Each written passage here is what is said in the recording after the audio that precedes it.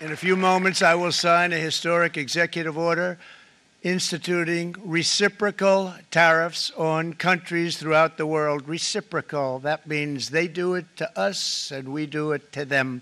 Mu mwanya uri imbere ngiye gusinya itegeko teka rishyiraho imisoro bwumvikane y'ibihugu bitandukanye. Ibyo ngibyo kandi bisobanuye ko ibyo badukorera natwe ari byo tugomba kubakorera. Aya ngaya kandi ni amagambo yatangajwe na Perezida wa 47 wa Leta Zunze Ubumwe za Amerika ariwe Donald Trump ku itariki 5 z'ukwezi kwa kane mu ijambo bw'irwamo yarimo arakora imbere y'abanyamakuru benshi batandukanye muri Amerika. Hakimara kuvuga aya magambo, ibihugu byinshi by'ibihanganye bitandukanye mu isi gusa cyane cyane byohereza ibicuruzwa byabyo muri Amerika byatangiye gutegereza igihe ijambo rya Perezida wa Amerika ryari burangirire, bitewe n'uko ibyo bihugu byose byafite amatsiko yo kureba itegeko teka ryari rigiye gusinywa na Donald Trump, ndetse kandi abanga benshi mu by'ubucuruzi dutinya kuvuga yuko byagize ingaruka nyinshi ku bucuruzi mpuzamahanga ndetse n'ubwa Leta Zunze Ubumwe za Amerika ku giti cyayo. Kuri ubu ngubu kandi ibihugu bibiri bikomeye mu by'ubukungu kandi bihanganye ariyo Leta Zunze Ubumwe za Amerika ndetse n'igihugu cy'Ubushinwa birimo birarebana y'ingwe. Kuri ubu ngubu harimo haragaragara intambara yeruye hagati y'Ubushinwa ndetse na Amerika, gusa akaba ari intambara y'ubukungu iteye ubwoba, bitewe kandi n'uwatangije intambara we Donald Trump watangije intambara ameze nk'ufashe ikibitaka gicana akakinaga muri peteroli. Ubwo kandi ku itariki 5 z'uku kwezi kwa kane muri uyu mwaka yazamuraga imisoro ku bihugu bisaga 70 byose byo mu isi, gusa cyane cyane igihugu cy'Ubushinwa akagifatira imisoro ihambaye kandi hanitse ku bicuruzwa byose biva mu gihugu cyo mu Bushinwa byinjira muri Leta Zunze Ubumwe za Amerika. Izi ngamba zose kandi zo kuzamura imisoro bikozwe na Donald Trump Perezida wa Amerika bikaba kandi byatumye isoko mpuzamahanga rya Leta Zunze Ubumwe za Amerika muri bino byumweru bibiri rihomba amafaranga agera kuri trillion 5 ndetse na miliyari 700 z'amadolari ya Amerika mu byumweru bibiri byonyine. Reka tubyinjiremo neza. Ngo haye ikaze mu kiganiro cy'uyu munsi kigiye guca kuri Ozone Info. Kikana akaba ikiganiro kigiye gucukumbura ku ntambara y'ubukungu iri hagati y'igihugu cya Leta Zunze Ubumwe za Amerika ndetse n'igihugu cy'Ubushinwa, aho kandi abahanga benshi mu by'ubucuruzi mpuzamahanga ndetse n'ubukungu bakomeje gutangaza ko rwose igihugu cya Leta Zunze Ubumwe za Amerika gikomeje gutakaza ikuzo cyangwa se gikomeje kumanuka hasi mu gihe umukeba wacyo ari w'Ubushinwa, aho mu bisata byinshi bitandukanye by'ubucuruzi yaba ari muri tekinoloji ndetse n'ibindi bitandukanye by'ubukungu igihugu cy'Ubushinwa gikomeje kwanikira cyangwa se gusiga igihugu cya Leta Zunze Ubumwe za Amerika. Niba kandi uri mushyashya kuri uyu muyoboro ndagushimiye. Nagusaba kwiyandikisha kugira ngo ujye ubasha kureba ibiganiro byacu bicukumbuye bica kuri uyu muyoboro umunsi ku munsi, ibiganiro bya politiki, amateka, imyidagaduro n'ubukungu ndetse kandi n'ibindi bitandukanye. Guhaye ikaze.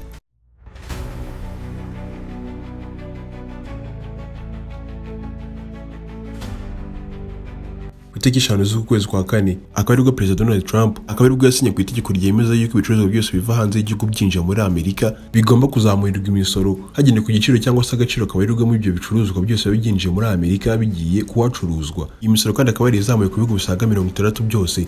Gusa reka tuvuge ku gihugu cy'Ubushinwa cyonyine. Donald Trump kandi mu itegeko yasinye kuri uwo munsi rikaba ryamezaga yuko Ubushinwa butajya gusora 10% by'ibicuruzwa byose bizajya biva mu Bushinwa byinjira muri Amerika. 10% kandi rikagira ishorwa gusa ku bicuruzwa bya tekinoloji cyangwa se by'ikoranabuhanga harimo amatelefone, amamashini, ngo ndetse kandi harimo n'ibikoresho byose by'ubuvuzi biva mu Bushinwa byinjira muri Amerika. Ibindi bikoresho harimo nk'ibyuma bikoreshwa mu nganda biva mu Bushinwa byinjira muri Amerika, byo kandi akaba yarabyurije imisoro igera kuri 16% kabyo. Iyi misoro kandi yashyiriweho ibintu bicuruzwa biva mu Bushinwa ikaba yarazamutse ikajya ku 45% kose k'ibyo bicuruzwa byose bitandukanye byinshi biva mu Bushinwa byinjira muri Amerika. Donald Trump kandi akaba yatangaje ko byose bikoze mu kugira ngo abaturage ba Leta Zunze Ubumwe za Amerika basubirane akazi, ngo bambuye n'amahanga, ngo ibyo bihugu byose by'amahanga bikora ibintu byinshi bitandukanye bakabihuza muri Amerika, kandi ibyo byose byagakorewe muri Amerika kandi bigaha akazi mu nganda zitandukanye abaturage ba Leta Zunze Ubumwe za Amerika muri rusange, nabo bakabona amafaranga ndetse kandi bakiteza imbere. Iri tegeko kandi Trump yashyizeho rizamura imisoro ku bicuruzwa byose biturutse hanze, akaba yarishyizeho agendeye ku itegeko risangwa mu gitabo cy'amategeko cya Leta Zunze Ubumwe za Amerika.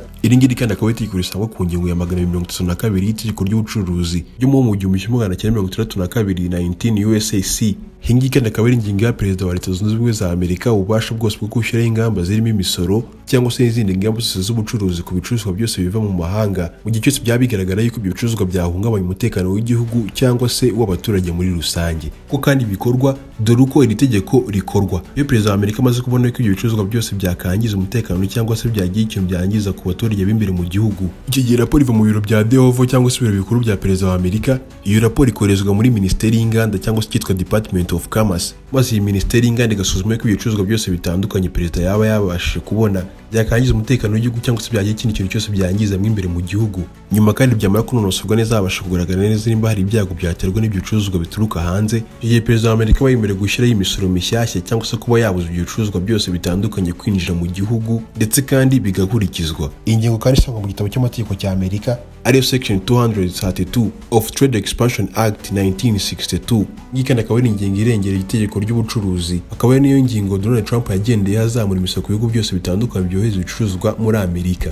Nubwo kandi Donald Trump yazamuye imisoro ku gihugu cy'Ubushinwa, akaba atari cyo kintu cya mbere cyasembuye mu gihugu cy'Ubushinwa mu kugira ngo kibashe kwihorera kuri Amerika mu buryo bukomeye cyane, haribwo tugiye kuvuga mu kanya. Trump akimara kandi gusinya itegeko ku itariki 5 z'uku kwezi kwa kane, ibihugu byinshi bitandukanye byatangiye gutera hejuru bitangaza ko icyemezo cyafashwe na perezida wa Amerika Donald Trump kidawitse habi na gato, ko ndetse kandi cyateza ibibazo mu bucuruzi mpuzamahanga ku isi yose. Ku munsi ukurikiyeho Trump yahise atanga iminsi igera kuri 90 yose yo kubasonera ibyo bihugu iyo misoro yose yari yabashije gushyiraho, ko ndetse kandi muri iyo minsi 90 yari atanze ababishinzwe bagomba kuba bari kubitekerezaho babinonosora bareba neza yuko nyuma y'iyo minsi 90 yose itegeko ryo kuzamura imisoro ryari ryashyizweho na Trump ryakurikizwa rigashyirwa mu bikorwa. Gusa igitangaje mu bihugu byose yari yabashije gusonera iyo misoro yari yasonera ibindi bihugu byose bitandukanye, gusa igihugu cy'Ubushinwa cyo ntiyagishyiramo, ahubwo yongereye ko itegeko ryo kuzamura imisoro ku bicuruzwa byose bituruka mu Bushinwa rigomba guhita rishyirwa mu bikorwa igitaraganya. Ibi ngibi kandi akaba aribyo byababaje igihugu cy'Ubushinwa. Ubushinwa nabwo bugahita buzamura imisoro ku bicuruzwa byose bituruka muri Amerika byinjira mu Bushinwa ku kigero cy'umusoro ungana n'25% ku bicuruzwa byose bituruka muri Amerika byinjira mu Bushinwa. Ibi ngibi kandi byahise bituma perezida w'igihugu cy'Ubushinwa ariwe Xi Jinping ahita akora uruzinduko rw'igitaraganya mu gihugu cya Vietnam, Malaysia ndetse na Cambodia mu kujya kuganiriza abayobozi b'ibyo bihugu byose bitandukanye mu kugira ngo bashe kwishyira hamwe ngo barwanye Leta Zunze Ubumwe za Amerika zikomeje kugaba intambara y'ubucuruzi cyangwa se y'ubukungu ku bihugu bitandukanye byinshi byo mu isi.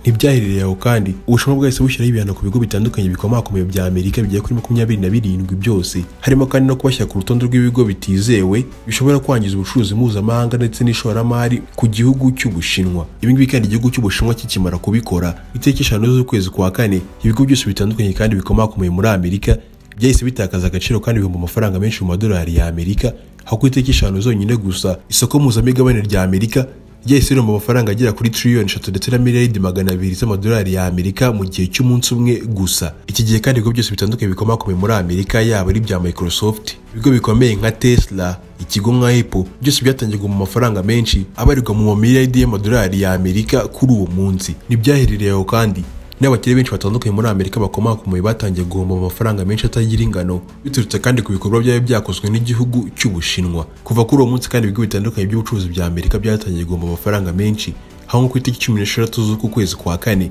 nabwo mu isoko mpuzamigabane rya Amerika ryahombye amafaranga agera kuri trillion 1 ndetse na miliyari 2 z'amadolari ya Amerika mu munsi umwe gusa. Ibi ngibi kandi biri kwerekana yuko hagati y'igihugu cya Leta Zunze Ubumwe za Amerika ndetse n'Ubushinwa harimo intambara y'ubukungu kandi hambaye itakiri gukorerwa inyuma y'amarido nk'uko byakorwaga mu myaka yashize, ahubwo kuri ubu ngubu ibi bihugu byose biri kuvundereza inyamasasu y'intambara, gusa byose bikatakana mu buryo bw'ubukungu. Gusa ikigaragara nta kindi kabura uko Amerika ari irimo irabihomberamo cyane bitewe n'uko imira mu mafaranga menshi, mu gihe igihugu cy'Ubushinwa mu bukungu ndetse n'ibindi byose bitandukanye nta kibazo bagifite kugeza muri aka kanya. Kuri ubu ngubu kandi ibihugu byose bikomakomeye mu isi harimo igihugu cya Vietnam, Ubushinwa, Cambodia, igihugu nk'Uburusiya byose bikaba byahagurukiye igihugu cya Amerika mu kurwanya intambara y'ubukungu ndetse n'ubucuruzi. Igihugu cya Amerika gikomeje gushora ku bihugu byinshi bitandukanye bikomakomeye mu isi. Ambasaderi w'Ubushinwa kandi mu gihugu cya Amerika ariwe Zhai Feng mu minsi ishize akaba yarasabye ko iyi ntambara y'ubucuruzi yahagarara, ngo ko ndetse kandi Ubushinwa bwiteguye kwihorera ku bihugu byose bishyiraho imisoro, ngo kandi iyi misoro igaruka ikagira ingaruka mbi ku bucuruzi mpuzamahanga cyangwa se ku bukungu bw'isi muri rusange.